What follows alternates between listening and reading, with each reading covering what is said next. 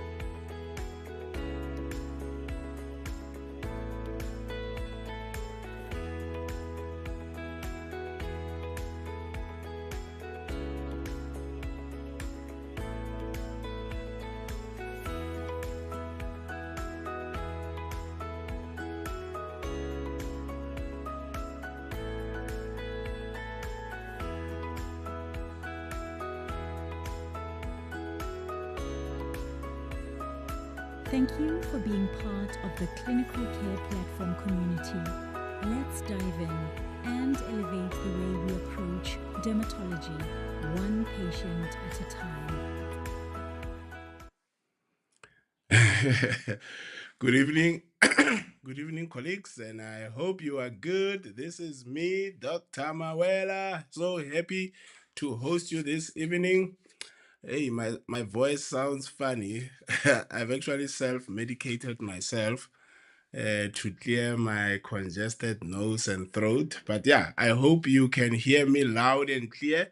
Just to say, welcome to the Clinical Care Platform. This is our third educational webinar for the week, and we are going to focus on the biggest, hugest organ we have on our bodies, and that organ is, no, not the heart.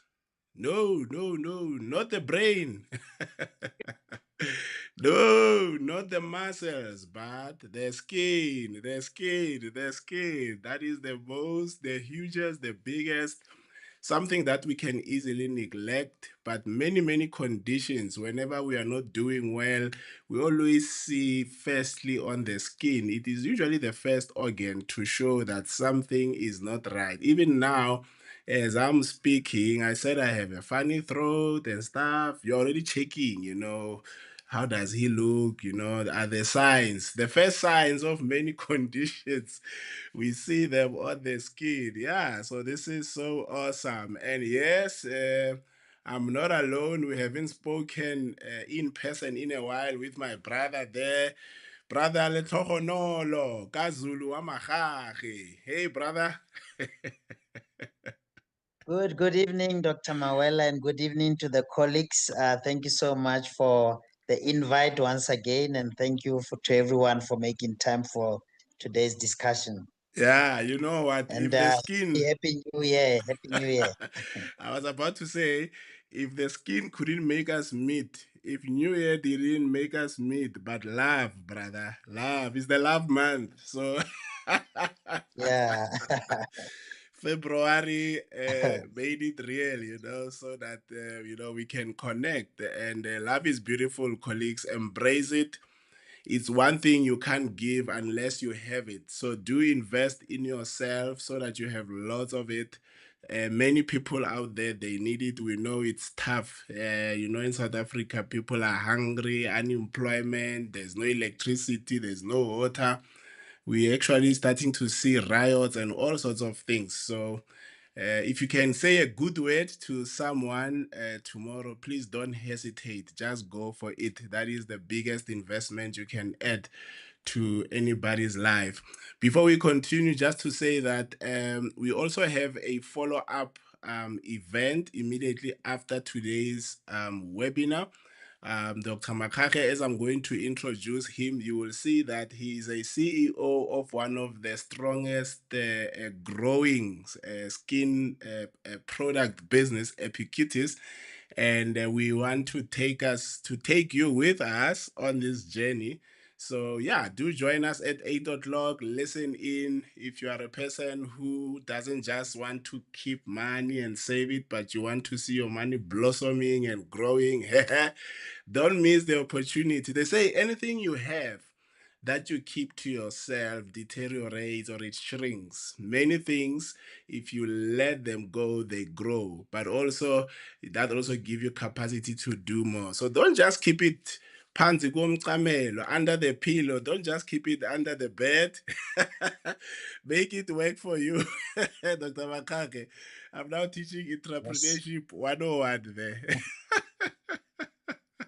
Oh, I see, sir. Yeah, so let's welcome our dearest Dr. Honolo Kazulu Wamakake. He's not new to the platform. He does a lot. He does a lot for us. I don't even know. Sometimes I don't know how to thank him because there is a coaching platform. It's a very, very busy WhatsApp group. Actually, I'll get the link and share it with you where he coaches a whole lot of health workers. People are discussing cases. He's teaching here at the platform. We do master classes, and I think in March we do have a dermatology master class. So yeah, we just want to appreciate you, Doc. I know that you are also an academic there in the University of Free State. He's pursuing his PhD. He's an entrepreneur, as you can see there, managing director of Epicutis Skincare. He is an author, having written a very valuable book. Actually, my copy was here. I'll get it and I'll show you. I don't know if you'll be able to see me. You can't see me. Let me go back because I want you to see that we are not playing here. We love what we do. We are very passionate. The African Atlas Synopsis and Practical Guide to Clinical Dermatology. Look who wrote it at the bottom there. I can read the profile. His profile doesn't tell you what's in the atlas.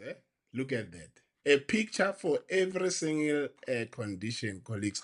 Whenever people call me and they send me a picture, I just open the atlas and then I say, like, oh yeah, this must be it.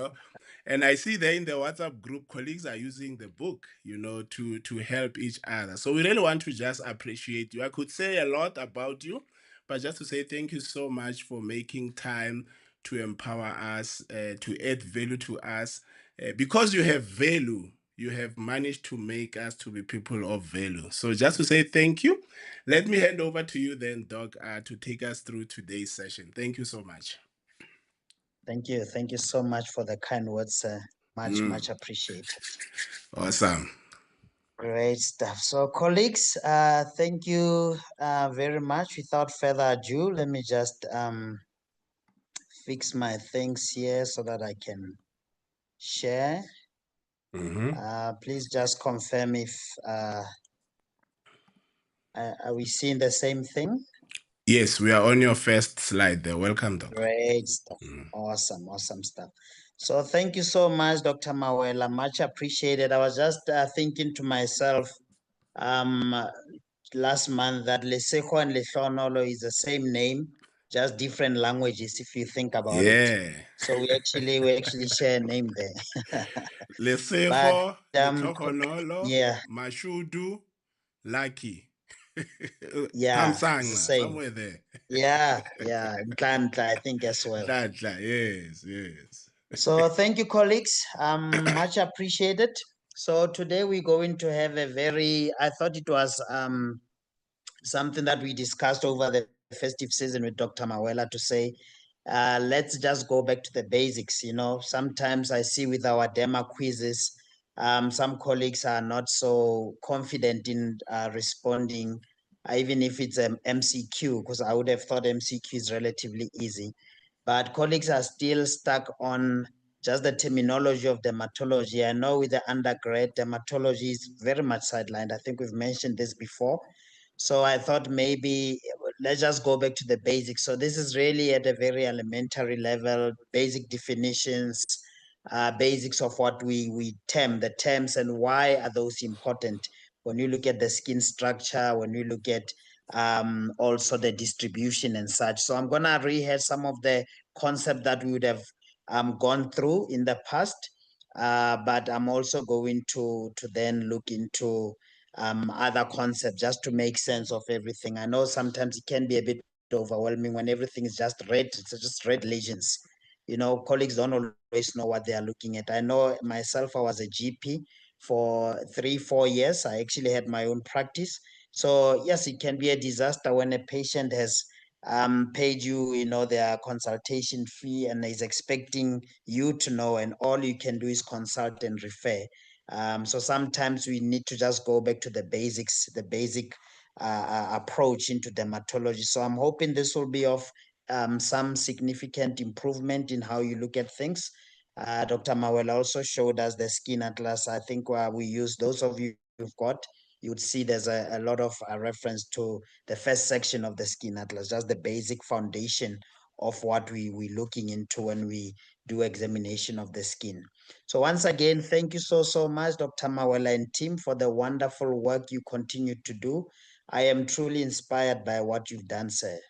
Really inspired. This platform is just the most beautiful. I always enjoy and get so excited whenever I prepare to be on the platform. And this year we are quite intentional. We're going to have a lot of dermatology sessions, focusing mostly on new things, but also to rehearse some of the old things. Sometimes colleagues would not have had a chance to attend. So we're going to rehash and then just to improve so that ultimately we know that our patient care is that much better, just to bridge the gap between what we did not learn at the tertiary level because of, some other issue. And just to revise, it's always good to revise and go through that. So thank you so much, Dr. Mawela. And in the same breath, colleagues, please pay your membership. Fees is not a lot of money. Dr. Mawela and team do a lot of good work. So please, let's keep the platform alive. It's doing a lot of good work. I would personally love for it to venture into the business side of things as well, not just educational component in time, but those of you who are in attendance, make sure that you pay and attend master classes, support the platform as much as possible. Lots of good work go into preparing for us to be here. I just click on the link and already I'm there. Somebody prepares all of this. So thank you so much, Dr. Mawela and team in general. So without further ado, colleagues, we're going to have just a brief overview of what we're going to be looking into. So some of the concepts I'm going to rehash here and there, repetitive there and there, but we're going to look at the basic skin anatomy. I think we've spoken about this in the past. Anytime I give a lecture, I always look at the anatomy of the skin because I think that's, for me, the foundation. We're going to look at the skin structures, the adnexal structures of the skin.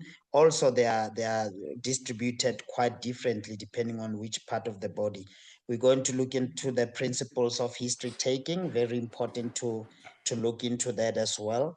So, and then functions of the skin are so important, colleagues. I did not always understand why are functions of the skin this important when I was in my third year and such.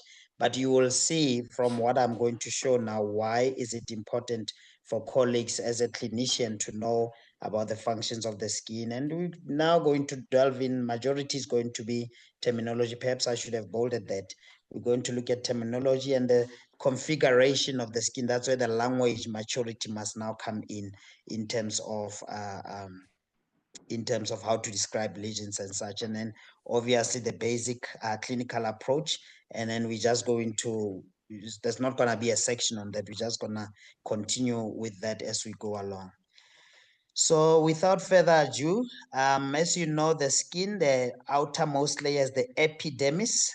We know that the epidermis is interspersed with keratinocytes. These cells, there's no blood supply here, colleagues. So these cells are undergoing apoptosis, programmed cell death. 60 to 120 days, the cells die. We shed off some of our skin cells as we are walking around. So the problem comes when there's inflammation here for whatever reason, whether it's atypia, whether it's issues with fungal infection, bacterial infection, or dermatitis. Whenever there's inflammation here, irrespective of the cause, then the scaling becomes somewhat pronounced. So whenever you see scaling in a skin lesion, you know that you actually the epidermis to a greater extent is affected. The dermis is where the blood vessels are, the adnexal structures, apocrine glands, sweat glands, and all of that. They are all in the dermis. And colleagues would remember that the dermis is actually anchored with the collagen, that pink stuff. The collagen, that's the stuff that actually once you hit your 50s plus, it tends to reduce in size, in amount, in volume. So then the skin starts to sag a bit. That's where the aging actually starts to creep in. Hence the need for anti-aging creams and such. Some of lasers can come in. There's a lot of things that one can look into with regards to that. But please just remember for today's discussion, the epidermis, the outermost layer, it's interspersed with keratinocytes and lymphocytes. Melanocytes, pigment carrying cells.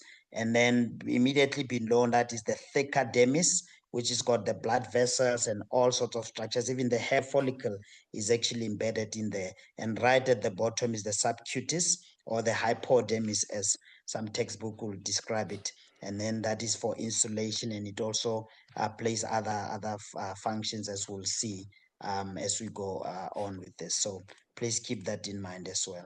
So when we talk history taking, colleagues, it's a very broad, it's a broad church type of thing.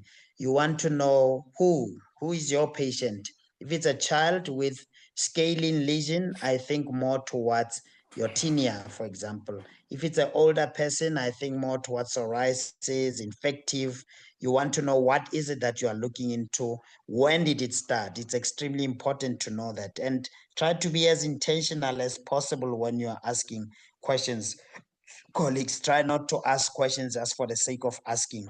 So once again, the need for basic knowledge becomes extremely important. Where did it start? That is extremely important. Where is it the distribution? But where did it start and how did it start? And then you want to know why. The why would come in with somebody, for example, who has, for example, a chronic illness, HIV, hypertensive on treatment, or maybe somebody who's exposed occupationally to something. So you always want to find out the reason as to why this is happening to this individual. So background is very important, and it must be a decisive background that looks into all matters that are relevant. So I see with a lot of colleagues, because the basic knowledge tends to not be as good, we tend to get all sorts of history that's just taken just for the sake of history, which is not really good. It must be intentional, colleagues, the history that you take, because that assists us in a great manner. So when you look at this lesion here, as I said, a lot of these photos are from the skin atlas. Some from the skin atlas would have been edited. Some they would have been from my iPad. But these are photos that are majority I took myself.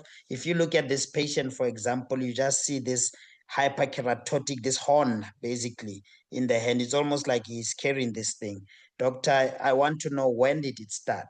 How did it start? Why is the how important? Because if you look at the next photo of the same patient, you see that this is actually verruca vulgaris. This is actually a wart.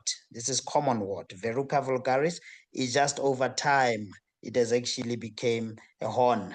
So that is very, very important, because one would think of a differential of, for example, a well-differentiated squamous cell carcinoma can be in play, especially in patients who've been exposed to arsenic, for example. So one has to keep that in mind, and remember that it's important to know how did this thing start. It's extremely, extremely important. Sometimes colleagues will just send us photos of, please have a look at this, help me manage it, but we don't have a good history. Some things they resolve the same way, but then in actual fact, when you look at it, you find that it's actually you find that it's how it started becomes much more relevant, more important. I mean, here we don't even need to do biopsy. The diagnosis is quite, especially in the absence of history of cancer. Of course, you can get your EDVs, for example. Even then, it wouldn't cause these horns, but one has to keep in mind other conditions that could be like this. Let's make another example, colleagues, of how did something start. As you can see here, I've got a gentleman who came to our establishment here in Bloemfontein, presented with dysplastic nevi, multiple dysplastic nevi. As you can see that we call them dysplastic because they don't all behave in the same way. Some are big, some are small, some are darker, but all of them tend to not follow the ABCD rule necessarily. So we see that they've got a malignant potential, but in themselves, they are not causing any problem. So one has to always review. So what would happen with this lady is that I asked her to expose quite nicely. Always, colleagues, lighting is very important. Full exposure is very important. As you can see, this is where the bra was actually sitting there, if colleagues can see clearly there. So then you can see the ABCD again. Again, colleagues, if you don't know the ABCD, there's no point if you see somebody like this. And I can tell you, if we delay with this, the prognosis is very poor, because we know truncal melanomas, they can actually cause quite huge problems, because we don't always know where they end up. They can go axillary lymph node, they can go submental lymph node, they can actually go anywhere. So now that is a big problem, because now it fiddles with your staging when you don't know where this thing has drained to. That is a huge problem for us. So once again, if you don't know the ABCDs, that's a problem, colleagues. To know that it's important to know. I am happy when colleagues, especially in the WhatsApp group, it's good to put things out there, but when you don't know anything yourself, that's not good as well, colleagues. The idea around this is to share knowledge, is for you to know, to learn. So please try to know these things as much as possible. So look at this ABCD. A, it's asymmetrical. This lesion is asymmetrical. B, the borders are irregular, as you can see there. C, there's a color change. It's not just C for color. Color change, the same lesion is not the same throughout. There's a color change. D for diameter, that is more than 0.6 centimeters. Know that as well, colleagues. And E for evolution, it is evolving. Doctor, this thing used to be small. It used to be just a small dysplastic nevi. It used to be a small mole. But now look at it now, doctor. It's actually quite big. So you must know that so that you can promptly know how to treat this patient. At the very least, referral urgently to dermatology, because as you know, melanomas are quite and once again, if you don't know what dysplastic nevi look like, you won't know the complications. So once again, colleagues, knowledge is extremely important. The quality of your questions, even on the WhatsApp group, is a reflection of what you already know as a clinician, as a doctor, as a nurse.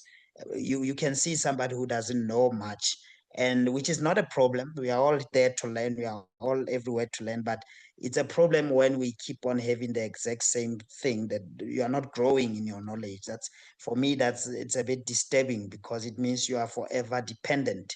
So things like this, patient comes to you, they're expecting you to know, colleagues. So please, especially the agent staff. If you look at this lesion here, this is an example that I've shown in the past. Whenever you see a bruise in the absence of trauma, you always think Kaposi sarcoma. Once again, colleagues, Kaposi would typically affect the oral mucosa, same patient, but look at how he presented. His main presenting problem for me was what is happening on his left flank there.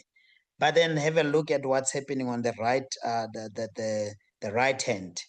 Same right hand I've exposed here on my right, or is it the left? Oh, sorry, the left hand.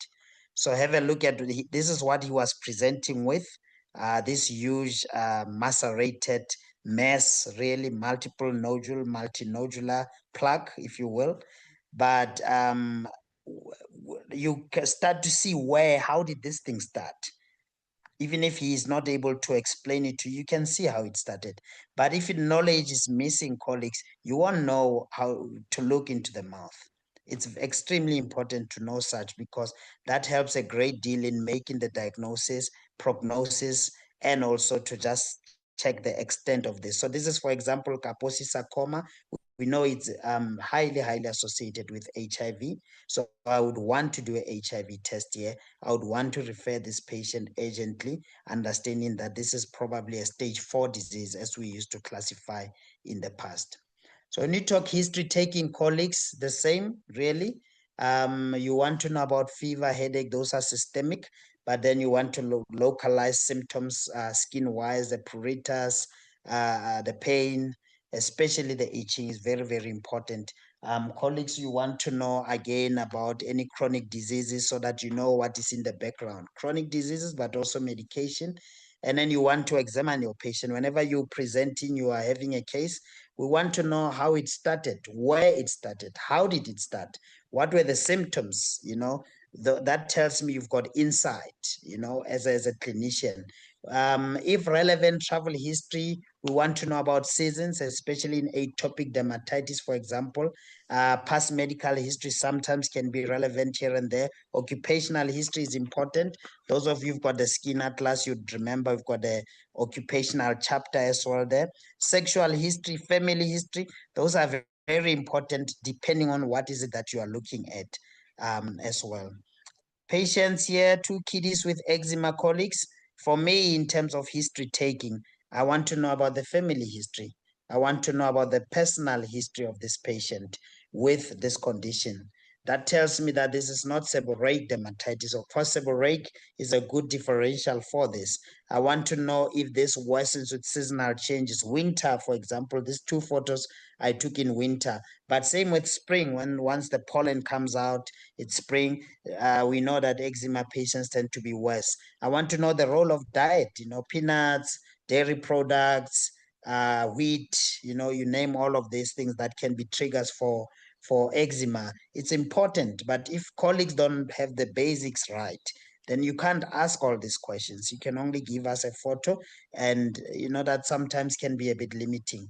You want to know the duration. Why? Because the major diagnostic criteria for eczema says chronic relapsing. It's chronic, it's more than 6 months, or at least it's relapsing. So that becomes very important in you making a positive diagnosis. And I would want to examine the patient fully so that I can ascertain the distribution, so that I can exclude seborrheic dermatitis or contact dermatitis for that matter with regards to these kiddies. Common things occur commonly, so atopic would be very high. But my point here is actually to say, when you take detailed clinical history that is intentional, then we get intentional, quality notes from you. That's what we need, not only when you discuss with a colleague, but also when you are referring the patient. That's what we look for in the referral letter as well. Some conditions are congenital melanocytic nevi. It was so odd with these 2 patients. I got them same week. They came to dermatology in the exact same week. I thought that was just a weird coincidence. But as you can see, melanocytic nevi, congenital melanocytic nevi. So history, these kiddies, or maybe the other one is older, but they would have been born with this condition, It carries its own risk for melanoma, malignant transformation, we know, if it's more than 20% body surface area involved, and which is a nightmare to spot a melanoma from here. But once again, if I'm born with this versus being acquired after birth, completely different play with